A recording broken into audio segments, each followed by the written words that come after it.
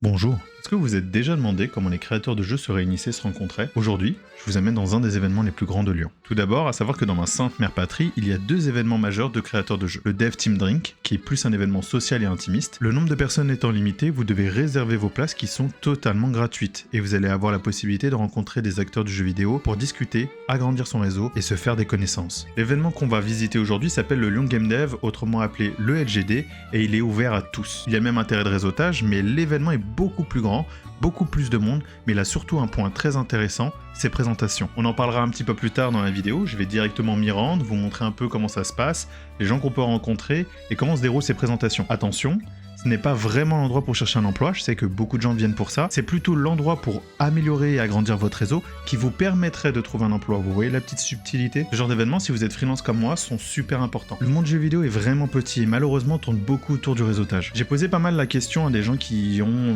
on va dire, qui sont haut placés en fait dans des entreprises de jeux vidéo et beaucoup m'ont répondu la même chose. Vu l'état du monde du jeu vidéo actuellement, pourquoi aller s'embarrasser à récupérer quelqu'un de l'autre bout du pays ou d'un autre pays tout simplement, alors que vous avez potentiellement votre voisin qui n'a pas d'emploi et qui pourrait répondre à votre problématique. Donc le recrutement en réalité se fait beaucoup par cooptation, c'est-à-dire en fait inviter un collègue ou un ami que vous avez dans votre entourage qui cherche un emploi, qui répondrait aux compétences et le faire venir dans l'entreprise. Donc en réalité c'est pour ça qu'aussi le monde du jeu vidéo est si difficile d'accès, parce que vous avez beau avoir un CV assez incroyable, si vous connaissez personne ça va être super difficile d'y rentrer. Revenons sur le LGD. Le LGD se passe dans plusieurs cafés situés dans Lyon, cela se déroule tous les premiers jeudis du mois. Et pour toutes les autres informations, vous les retrouverez sur le Discord dans la description. Maintenant la présentation est faite, on va y faire un tour. On est arrivé, j'ai pris un peu de distance pour vous le montrer, donc ça se présente comme ça. L'event en vrai, la room qu'ils ont choisi est vraiment stylée. Donc t'as un bar à l'intérieur, un bar à l'extérieur. Les gens se rencontrent, tout le monde a en fait une sorte d'étiquette sur le torse comme j'ai là. Tu présentes ce que tu fais dans ta vie, etc. Et du coup ça permet de faire des contacts assez facilement. Et bien évidemment il y a des présentations de projets qu'on va voir juste après. Là je vais chercher mon ami et je vous retrouve tout à l'heure. Bon, les Saigo sont pas encore arrivés, on est encore solo, mais en les attendant, donc je vais vous montrer un peu comment ça se présente. Là on va voir les petites présentations avec les gens qui vont présenter leur nouveau projet, et là il y a tout le monde qui rentre, donc ça c'est sur deux espaces. En fait le concept c'est qu'ils se rejoignent dans des bars différents, donc là on est sur un énorme bar, et honnêtement j'ai jamais vu autant de gens au Lyon Game Dev, ça fait un mois, 2 mois que je suis pas venu. 2-3 mois en vrai depuis que je voyage, et voilà, de toute façon l'event va commencer. On va vous montrer, il y en a même de temps en temps, on va pouvoir tester ce qu'on peut faire. Non, tu veux venir, il n'y a pas de souci. Pour les gens qui ne connaissent pas trop l'association, en fait, on anime l'écosystème des travailleurs, développeurs de jeux vidéo à Lyon et de ses environs, notamment par des meet-ups mensuels qui sont gratuits, ouverts à tous, à n'importe quelle heure, vous pouvez partir. Et également d'autres événements, masterclass, événements, salons, etc. Les thématiques des présentations de la LGD varient, mais généralement ils vous présentent l'équipe actuelle de l'association que vous pouvez bien évidemment approcher si c'est votre premier événement. Si vous avez une question ou si simplement vous voulez vous faire un premier contact. Je vous rassure, ils sont vraiment accueillants, sont vraiment adorables, ils n'hésiteront pas à vous aider. On débute toujours par une première partie qui parle des sujets ou thématiques sur lesquels l'association essaye de s'améliorer. Comme actuellement, de plus en plus la LGD essaye de mettre l'inclusivité, la diversité et la prévention au centre de leur démarche. Ils ont notamment fait des événements inclusifs où par exemple seules les femmes sont autorisées. C'est aussi l'occasion d'annoncer des événements comme par exemple des game jams qui sont toujours ouverts à tout niveau, et si vous êtes un débutant, ça peut être très intéressant de voir pour y participer avec des membres de l'association. On crée les équipes sur place, donc vous n'êtes pas obligé d'avoir des amis, vous pouvez venir, on fait connaissance, on forme les équipes en fonction des compétences de chacune. On a des mentors qui seront là pour expliquer un peu Godot, on essaie d'en trouver aussi un peu dans tous les domaines du métier. Parce que le but c'est que ce soit une game jam ouverte aussi aux personnes qui sont curieuses et qui n'ont pas l'habitude de faire des jeux vidéo. Vous n'hésitez pas. Ça vous permettrait d'avoir des premiers projets avec des gens un petit peu plus expérimentés. Et le point le plus important et le plus intéressant, ce sont les présentations de projets. Il y a plein de types de projets, des projets en cours de développement, en phase de test, de prototypage ou en phase d'idéation. Durant cette édition de la LGD, on a 2 présentations de projets qui étaient à des stades bien différents. Je vais vous laisser les découvrir. Bonsoir. Je vais vous parler de mon nouveau projet Corridor, qui est un jeu d'arcade, un shoot 'em up avec une thématique infernale, comme vous pouvez le voir. J'ai développé avec une belle équipe j'ai eu la chance d'avoir avec moi cet été. Lui, c'est Pierre qui est juste ici, qui va plus se déplacer. Donc vous avez sans doute déjà vu ces pubs.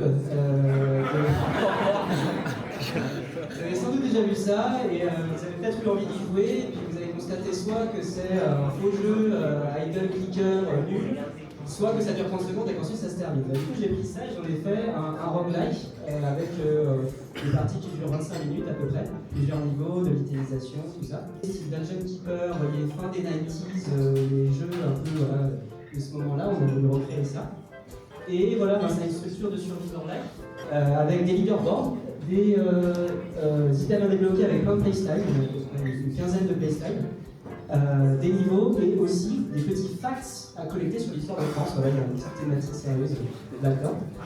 Donc la démo est disponible maintenant, vous pouvez y jouer. On essaie de construire un public pour la Next Fest qui arrive là dans un peu moins de 2 semaines. Et donc si vous pouvez jouer à la démo, partager, laisser une review Steam, c'est très utile. Et bien sûr, pourquoi pas le wishlist si ça vous plaît. Donc je vous laisse avec le trailer.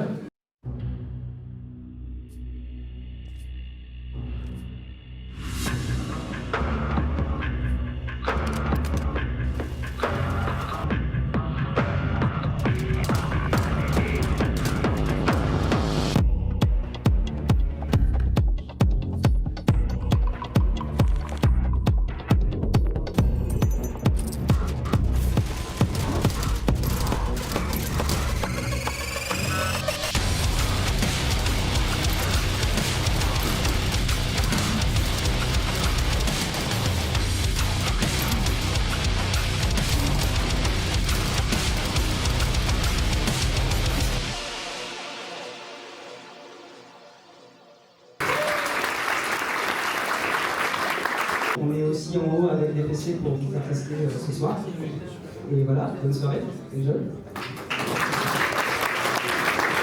Bonjour à tous, merci à la Nouvelle Web de me recevoir ce soir pour présenter le projet. Et si vous étiez bloqué dans le coma, à quoi ça ressemblerait?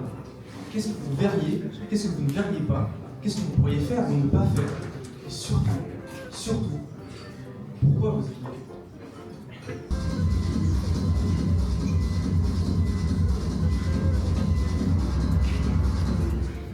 Mood, je vais vous parler de qu'est-ce que c'est que ce jeu.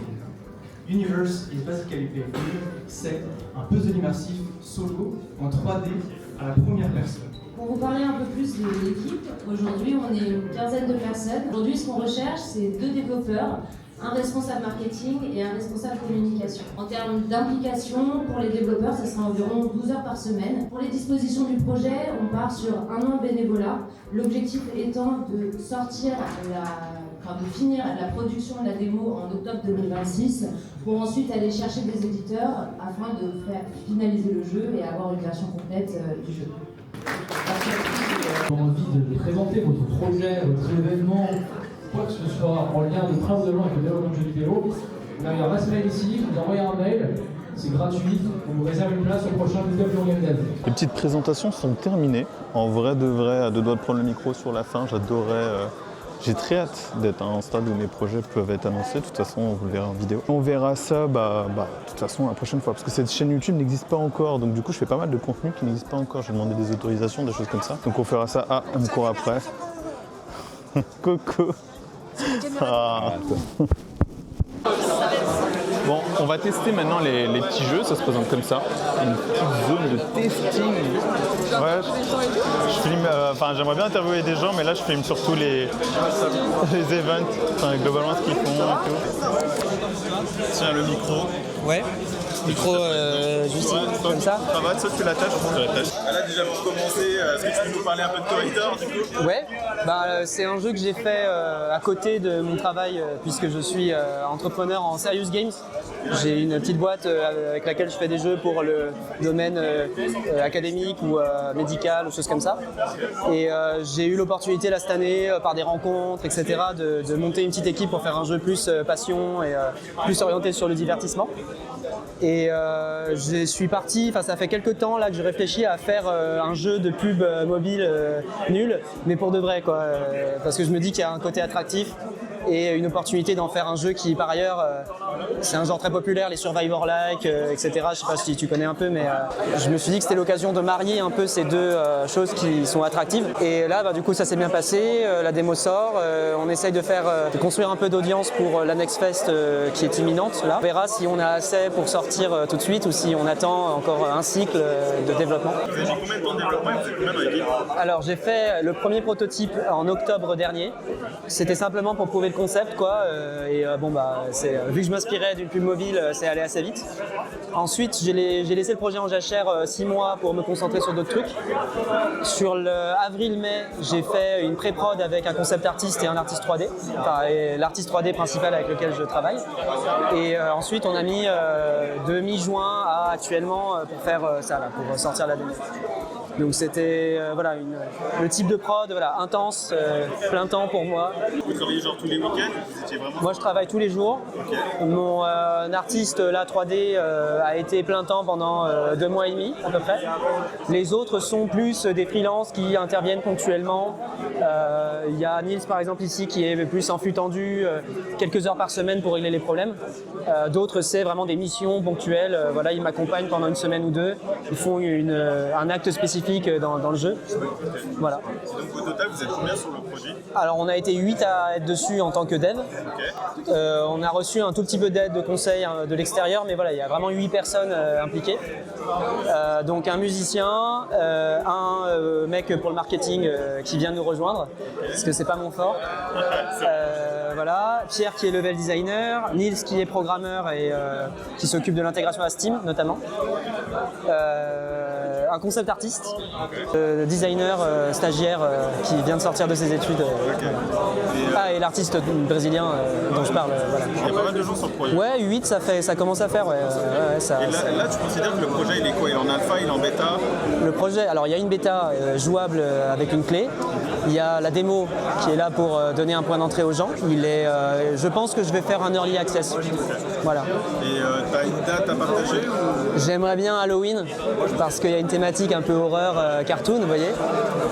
Mais tout dépend en fait du nombre de wishlist, etc. qu'on accumule pendant le mois qui arrive là. Si jamais ça marche pas assez bien, la meilleure idée consiste généralement à quand même laisser passer du temps pour faire grossir la liste de wishlist. Et puis vu que le projet a été commencé assez récemment, pour un jeu vidéo, je m'autoriserai à prendre plus de temps si nécessaire. À combien serait le jeu?